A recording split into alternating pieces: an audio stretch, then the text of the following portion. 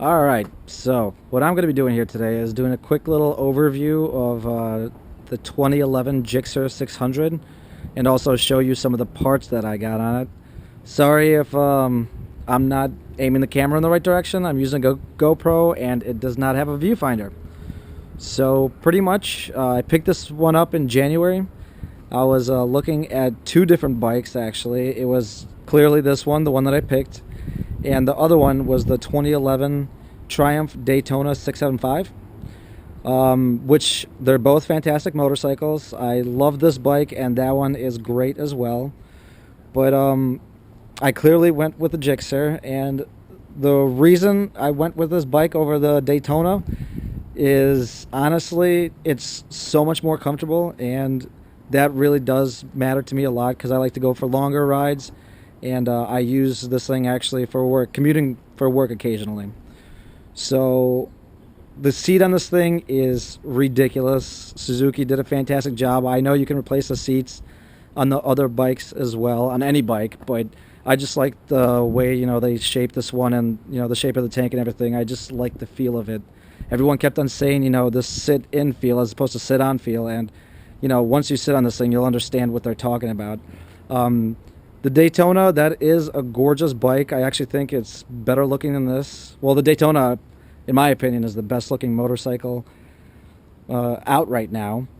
But this thing, it's still a gorgeous motorcycle. And the best part about it is definitely the rear end.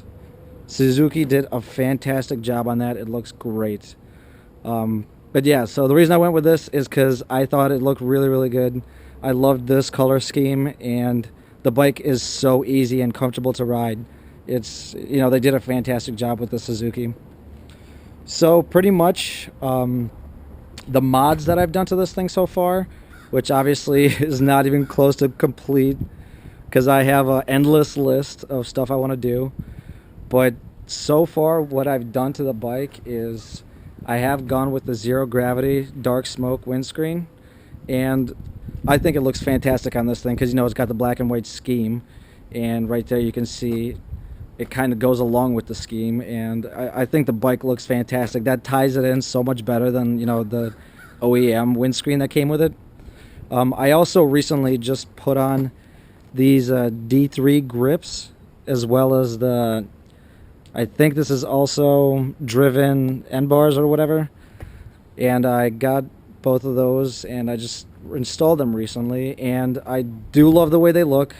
It looks so much better than stock. But the problem with white, what I've noticed is, I just actually cleaned the bike today, but you have to clean this often because depends on what color your grips are, well, your gloves are.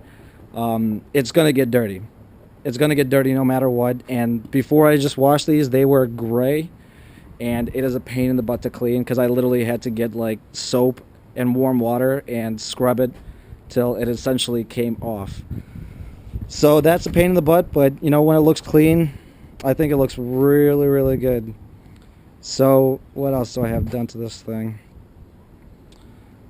Let's see here. Of course, I got rid of the rear seat and got this expensive piece of plastic to essentially cover it up, and I think that looks really good.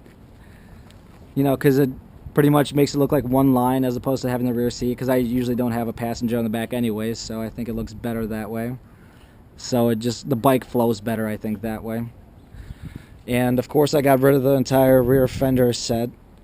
I feel like that's a standard in every bike. I don't understand why they all come like that. Obviously, for legal purposes to stop rocks from flying up, but it looks a lot better this way.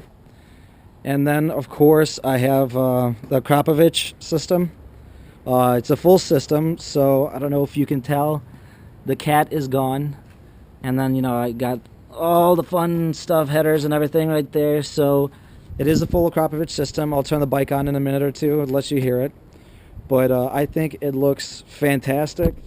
It is a little bigger than I expected, but it's pretty much the same as stock, which I kind of wanted it to be a little smaller, but I honestly have no complaints because I think it makes the bike look amazing, especially with the carbon fiber muffler, and then everything else is titanium. So it is a gorgeous looking exhaust, and what's kind of cool is it never really heats up. So I just got done one of my rides, and the exhaust is pretty much cool right now. It's amazing how fast, you know, it cools down, and it never really gets too hot to begin with anyways. And of course, to go along with the exhaust, when I had that installed, it's under my seat, so you can't see it. Pardon, you can't see it, but I have the Power Commander 5 unit, and I also have an auto tuner. So this thing is definitely faster than stock. You can definitely feel the horsepower difference. You know, the first time I took it out of the shop, I opened it up a little bit, and I was astonished at how different it felt from when I, you know, first got the bike in January. So, and it does sound really, really, really good. I personally like it. It's a little louder than stock, but I wasn't really going for loudness. I just wanted, you know, an aftermarket exhaust, and I wanted to get the full thing. And I did want to get a performance gain out of it. And of course, there's weight savings because I don't have a cat, because that cat weighs a lot. But it does sound a little better, I think, and it's definitely a deeper, bassier sound and throatier. But that's mostly what I have done aftermarket. Oh, of course, can't forget, since it was so damn expensive to get it installed, I have the HID conversion kit. I had the Bike Master kit. So I have both low beam and high beam installed, and you can see, I think you can see it, the power ballasts. There's each one of the units. This is where the shop mounted them.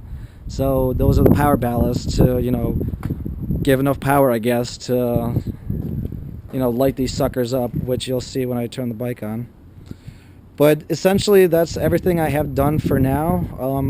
In the near future, I'm probably going to do some FP racing levers. Both sides, I'm going to get like probably matte black finish shorties. And I think that'll look really good on here. Plus, I've noticed that I don't use much of the actual lever itself, so it's going to be nice having shorter ones. But yeah, that's pretty much the bike right there. I love this motorcycle. It treats me well so far, and I've been enjoying it quite a bit. But yeah, let me, I guess, do you a favor and turn her on so you can hear what she sounds like.